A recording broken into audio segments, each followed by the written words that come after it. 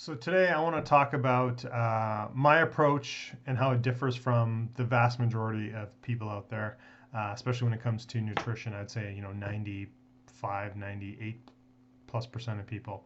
So the reason this came to mind is there's a lady who does a personal trainer, does weight loss clinics, etc.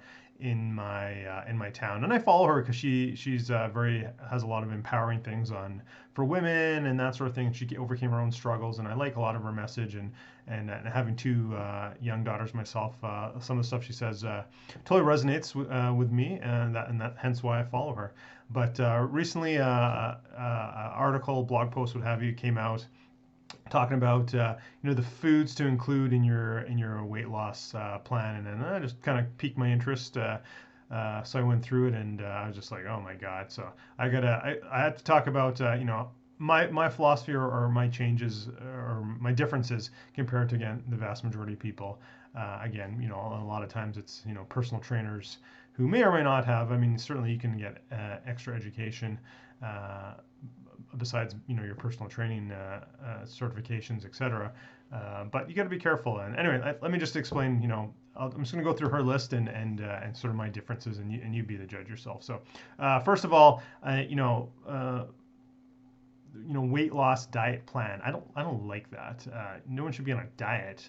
You should have lifestyle choices. You should have good nutritional choices as part of your lifestyle. No one should be on a diet per se. So the number one thing was tuna. Okay, so why I'm trying to figure out why tuna. Tuna is low fat. It's not a ton of calories, just plain tuna. A lot of people, you see tuna out of the can or whatever. Again, if you're going to believe that calories in, calories out philosophy, and I think that's where this is coming from. That's kind of that's not what I believe in. I don't buy into the low fat diet type of thing. Plus, with tuna, omega threes from fish, super important. Very, I prescribe that for sure. Very important for your brain health. But tuna, have you ever seen a tuna? Tuna's big. Tuna's a big fish. It's at the top of the totem pole of fishes. It's accumulating all that mercury when it eats all those little fishes, etc. So I don't eat tuna anymore. I haven't for years. I prefer to, one, I supplement to make sure I get enough omega threes, and our family does. But definitely, if I'm gonna eat fish, I'm gonna eat fish low on the totem pole. Sardines, anchovies, stuff like that. They're not accumulating a ton of heavy metal. So that's kind of number one here. Let's move on to the next thing. Beans, good source of fiber, et cetera, et cetera. Hey, a lot of people can definitely tolerate beans, but a lot of people can't, myself included. The phthalates, I pronounce that, in beans, etc. A lot of people cannot handle them. If you get gas and digestive distress, a lot of people just think like, oh, well, you just eat beans and get gas. It's all the fiber and all that. No, that's not normal. If you're getting gas and stuff, that means your body can't handle it. It could be a genetic component. So I can't do beans. I can't do beans. I very rarely eat them, and if I do, it's I'm gonna suffer. So that can't be part of your blanket statement of your weight loss plan. To use this person's wording, without seeing if that works for those people. And you can certainly test that genetic testing. Next one, pumpkin. Actually, I got no problem with pumpkin. Great for source of beta carotene. It's decent carb to add to food. So I'm gonna leave pumpkin alone. Next one, oatmeal. Really, we're still on this oatmeal thing? Gosh. Okay, number one, oatmeal, super high. It's gonna spike your glycemic variability. It's going to go way off the charts there. Plus, a lot of oatmeal is oatmeal doesn't contain gluten per se for people who have trouble with gluten, but a lot of times there's cross contamination from the factory and that sort of thing. So I don't recommend oatmeal at all. And there's just way better sources of sustaining energy. So yeah, that's all bad. Eggs, actually got that one right. I got no problem with eggs whatsoever. So let's move on. Leafy greens, and specifically mentioned kale and spinach. So I got no problem with vegetables. I got no problems with kale and spinach, assuming your body can handle them.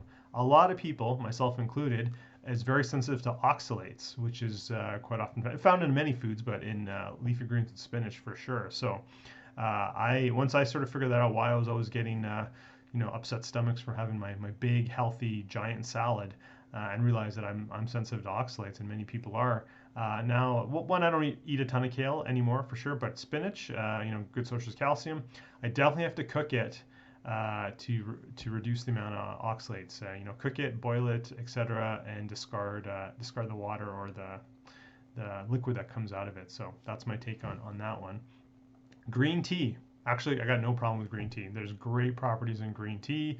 Get a little caffeine boost, etc. I wouldn't say drinking tea per se is like a weight loss thing, but there's a good compounds in green tea, especially for your brain. So I'm okay with that one. Eating fresh fruits. Okay, we can't overdo it on the fruits, but I'm not gonna bash anyone or suggest anyone doesn't eat fruits.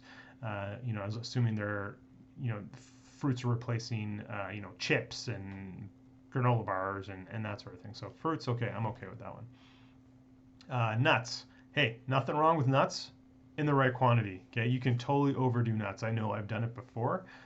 Nuts, good source of many nuts, good source of healthy fats, but they are carb heavy. So you might be thinking you're replacing the chips and all that, which is good. I definitely eat nuts instead of eating chips and that kind of stuff. But you got to watch the quantity too. Like a small handful, a couple small handfuls. You can't go to town with nuts to be for overall health. Water with lemon. Yep, I mean that's good. Water is good. I don't know why that's a diet thing. Having a glass of water, yeah, sure, maybe fills you up. Maybe you don't eat much, but I mean, water is just essential. I just think of it as essential, not as a diet thing or a nutrition thing or a weight loss thing. And I guess that's the three things she has. So, nothing really wrong with this post per se, but again, it's there's just you can't just go with the blanket. This is how it is, and I mean that is it, what she's saying is better than most, but at the same time, it's like there's more nuance to it, right? You really have to dig in. You really have to know, your client. I have to know my clients, what's going to work for them. Everyone is different. Everyone is unique. So you can't just blanket spread things on people because it worked with your last client or it's something you read about or you learned in your class or what have you. So again, that's my philosophy. You got everyone's individual, and we got to really niche down, really dig down on what's going to work for people. And that's my philosophy. So I never use sort of blanket statements or one size fits all with people that I work with. So anyway, just I read this and it was kind of just I felt like I had to say something. So that's my post for today. Happy to hear your comments. If you want to learn more about what I do, nutrition is not the only thing I do. I work on 7 phases of health with my clients. So and nutrition is just one piece of that. So if you want to learn more, reach out. Happy to talk to you. Take care.